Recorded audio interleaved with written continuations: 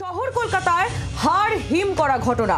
Regent পার্কে অভিজাত এলাকায় আবর্জনা স্তূপে কাটা মুন্ড উদ্ধার। ভ্যাটে অজ্ঞাত পরিচয় মহিলার মুন্ড উদ্ধার হয়েছে। ঘটনাস্থলে গলফ গ্রিন থানার পুলিশ। ঘটনাস্থলে লালবাজারে হোমিসাইড শাখার আধিকারিকরা আনা হয়েছে পুলিশ কুকুর। রাস্তাটি কার্যত পরিত্যক্ত, তাই মানুষ এখানে আবর্জনা ফেলে যান। আশেপাশে কোনো সিসিটিভি নেই। কলকাতায় হাড় হিম করা ঘটনা। রিজেন্ট পার্কে অভিজাত এলাকায় আবর্জনা স্তূপে কাটা মুন্ড উদ্ধার। ভ্যাটে অজ্ঞাত পরিচয় মহিলার মুন্ড উদ্ধার। ঘটনাস্থলে গলফ গ্রিন থানার পুলিশ। আমাদের প্রতিনিধি অয়ন ঘোষাল আমাদের সঙ্গে রয়েছেন। সরাসরি চলে যাব অয়নের কাছে, চলে যাব আমরা সরাসরি। অয়ন, একে তো পরিত্যক্ত এলাকা, তারপর এলাকায় কোনো সিসিটিভি নেই, তাই কি এটা একটা আদর্শ জায়গা এই ধরনের অপকীর্তির জন্য?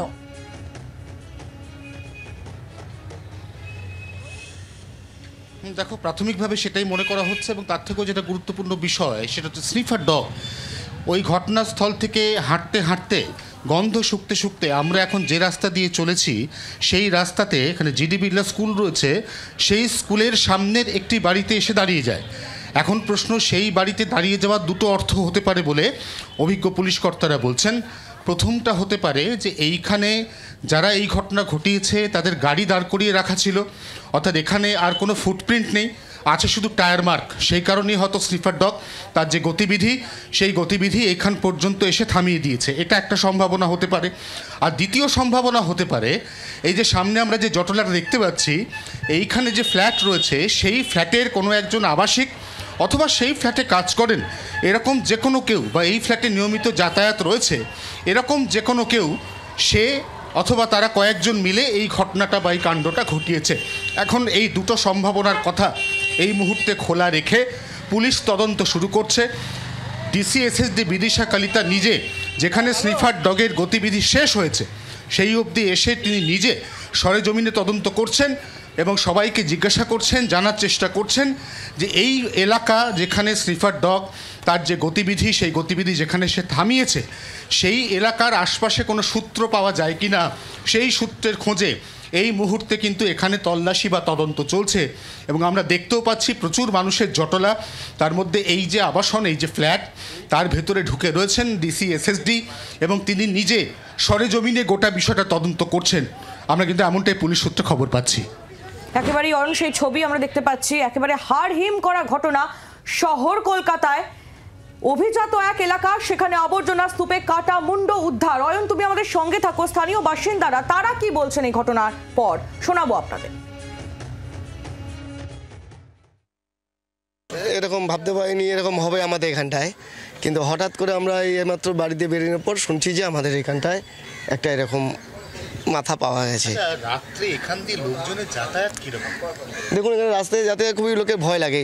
মেন কথা এই জায়গাটা, এই একটা অফ সাইডের মতন জায়গা থাকে, এখানটা একটু ভয়াবহ লাগে। এখানটায় যে নির্জন জায়গা, এখানে অ্যাকচুয়ালি আমাদের এখানকার কোনো সরকার কারোরই দেয় না এখানটা অ্যাকচুয়ালি।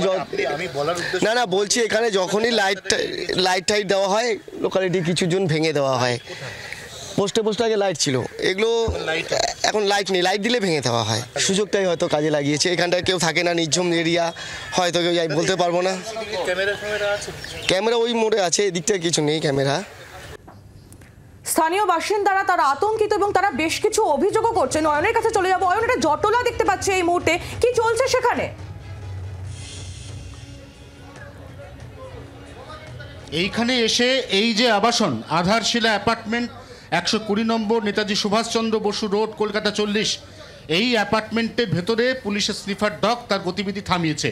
এবং সেই মুহূর্তে পুলিশের কাছে সবথেকে বড় প্রশ্ন যে বা যারা এই ঘটনা ঘটিয়েছে, ঘটনা ঘটানোর পর তাদের মধ্যে কি কেউ আবাসনে এসেছিল?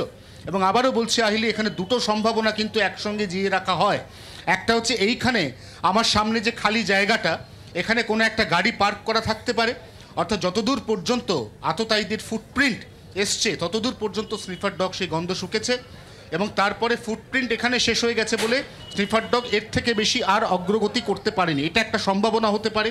আর দ্বিতীয় সম্ভাবনা, যে সম্ভাবনাও পুরোপুরি খারিজ করে দেওয়া যায় না, উড়িয়ে দেওয়া যায় না, সেটা হচ্ছে এই যে আবাসন, এই আবাসনের ভেতর কোথাও না কোথাও এমন একজন কেউ থাকেন, বা কালকে রাত্রে বা পরশু রাত্রে ঘটনা ঘটানোর পর এসেছেন, যার এখানে পরিষ্কার আসার প্রমাণ আছে এবং সেই কারণেই এই আবাসন আধারশিলা অ্যাপার্টমেন্ট 120 নম্বর নেতাজি সুভাষচন্দ্র বসু রোড, এখানে স্বয়ং বিদিশা কলিতা তিনি ভেতরে ঢুকেছেন এবং তিনি আবাসনের যারা অন্যান্য আবাসিক রয়েছেন তাদেরকে জিজ্ঞাসাবাদ করছেন, তাদের কাছ থেকে জানার চেষ্টা করছেন কোনো ওয়্যার অ্যাবাউট পাওয়া যাচ্ছে কিনা। অর্থাৎ এই তদন্তের প্রক্রিয়াতে কিন্তু এই যে আধারশিলা অ্যাপার্টমেন্ট, এই বাড়িটি এই মুহূর্তে অত্যন্ত গুরুত্বপূর্ণ ভূমিকা নিয়েছে এবং বাড়ির সামনের ছবি ক্যামেরা বন্ধু নবীন দেখাবে।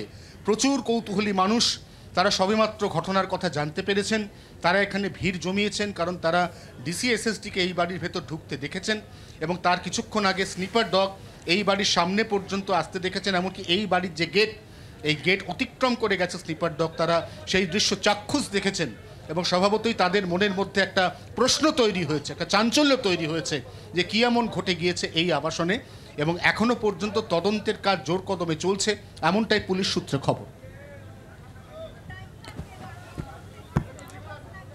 অয়ন, তুমি আমাদের সঙ্গে থাকো। সাধারণ মানুষ, স্থানীয় বাসিন্দারা তারা কি বলছেন?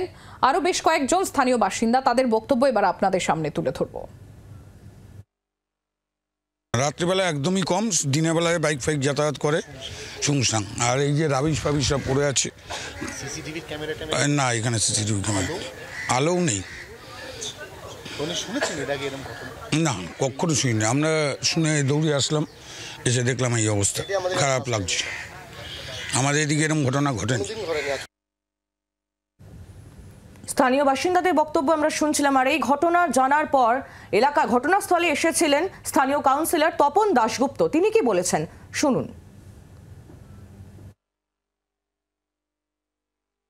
ময়লা ফেলার যিনি দেখভাল করেন, যিনি দায়িত্ব, নারায়ণ রাউত, তিনি আমায় টেলিফোন করে বললেন আমি উদয় সদনে কাজ করছি। তখন বললেন স্যার এখানে একটা ডেড বডি, একটা মহিলার মুন্ডু পড়ে রয়েছে। আমি যে কোথায়? বললো যে আমাদের যেখানে ভ্যাট সেইখানটায়। আমি সঙ্গে সঙ্গে বলে আমি আসছি। আমি সঙ্গে সঙ্গে চলে আসলাম, এসে আমি প্রথম কাজ করলাম, কেউ একটি প্রাণী ছিল না। আমি সঙ্গে সঙ্গে পুলিশকে খবর দিলাম, গলবিন থানায় ফোন করলাম, গলবিন থানার পুলিশকে ডাকলাম, 3 বার ফোন করে আনিয়েছি এবং তারপরে পুলিশের হাতে আমি হ্যান্ডওভার করে দিয়েছি। আমার দায়িত্ব শেষ। এবং যেখানে যেভাবে দেখছিলাম যে এখানে সমস্ত কিছুটাইটা এখন মমতা বন্দ্যোপাধ্যায়ের কোথায় খুদ ধরবে সেই জন্য চেষ্টা করে। যখন আমি এইটা দেখলাম, আমি এইখানে লোকজন সবাইকে পুলিশকে বলিয়ে ফাঁকা করে দিলাম এবং যে মুন্ডুটা পড়েছিল সেইটা পুলিশকে বলিয়ে রিজেন্ট পার্ক থানার নিয়ে চলে গেল। আমাদের প্রতিনিধি অয়ন রয়েছে আমাদের সঙ্গে, আর আমি আরও একবার চলে যাবো অয়নের কাছে। অয়ন, এখানেই প্রশ্ন হচ্ছে, রিজেন্ট পার্কের মতো এরকম একটা অভিজাত এলাকা, সেই অভিজাত এলাকায় এরকম একটা পরিত্যক্ত জায়গা যেখানে দিনের পর দিন না কোনো সিসিটিভি সার্ভিলিয়েন্স আছে না কিছু রয়েছে, সেখানে স্থানীয় বাসিন্দারা তারা অভিযোগ করছেন যে যতবার সেখানে স্ট্রিট লাইট লাগানোর চেষ্টা করা হচ্ছে, কেউ বা কারা এসে সেই স্ট্রিট লাইট ভেঙে দিয়েছে বা নষ্ট করে দিয়েছে।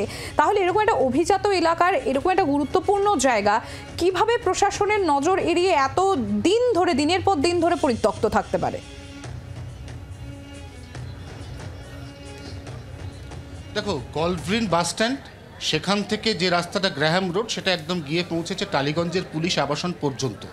রাস্তাটা মোটের ওপর অব্যবহৃত অবস্থায় পড়ে থাকে। যে রাস্তাতে লাইট নেই সে রাস্তায় সিসিটিভি ক্যামেরা থাকবে এমনটা আশা করাও অন্যায়, এবং লাইট যে থাকে না তার দায় কিন্তু এই পুরসভা অর্থাৎ স্থানীয় কাউন্সিলর তিনি অজ্ঞাত পরিচয় দুষ্কৃতীদের উপরই চাপিয়েছেন। কারণ তিনি বলছেন যতবার লাইট লাগানোর চেষ্টা হয়েছে কে বা কারা সেই লাইটটি খুলে ফেলেছে। কার্যত পাণ্ডববর্জিত জায়গা, দিনের সিংহভাগ সময় সে অর্থে কারোর ফুটফল নেই। কিছু গুটি কয়েক বাইক এলাকা দিয়ে যাতায়াত করে এবং এলাকাবাসী এই গোটা এলাকাটাকে আবর্জনা ফেলার জায়গা হিসেবে ব্যবহার করেন।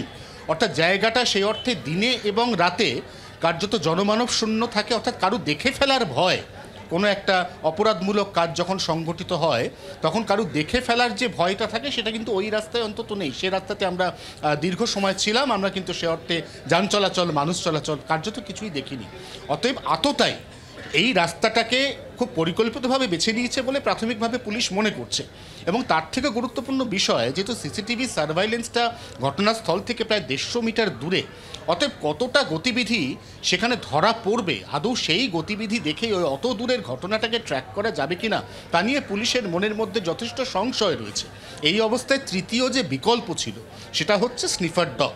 এই স্নিফার ডগ ঘটনাস্থল থেকে গন্ধ শুঁকতে শুরু করেছে এবং তারপর ঘটনাস্থল থেকে প্রায় 450-500 মিটার দূরে জিডি বিড়লা স্কুলের কাছে এই আধারশিলা অ্যাপার্টমেন্টে এসে সে প্রাথমিকভাবে খানিকক্ষণ থেমে যায়, তারপর আবাসনের ভেতর তাকে ঢোকানো হয়। তারপর কি হয় সেটা সংবাদ মাধ্যমের ক্যামেরার বাইরে হয়েছে, এটা বোঝা মুশকিল আমাদের পক্ষেও। তবে কিছু যে একটা এর ভিতরে আছে, কিছু সাসপিশিয়াস বা সন্দেহজনক বিষয়বস্তু বা কোনো ব্যক্তি তাকে যে এর ভেতরে থাকার একটা সম্ভাবনা ট্র্যাক করা গেছে, এটার প্রমাণ হচ্ছে যে স্নিফার ডগের এই গতিবিধির আচরণ যে মুহূর্তে জানতে পারেন সেই মুহূর্তে স্বয়ং ডিসি এসএসডি বিদিশা কালিতা তিনি তার গাড়ি নিয়ে চলে আসেন এই আবাসনের বাইরে এবং তারপর তিনি ঢুকে যান আবাসনের ভেতরে। বিগত 20 মিনিট ধরে তিনি আবাসনের ভেতরেই আছেন।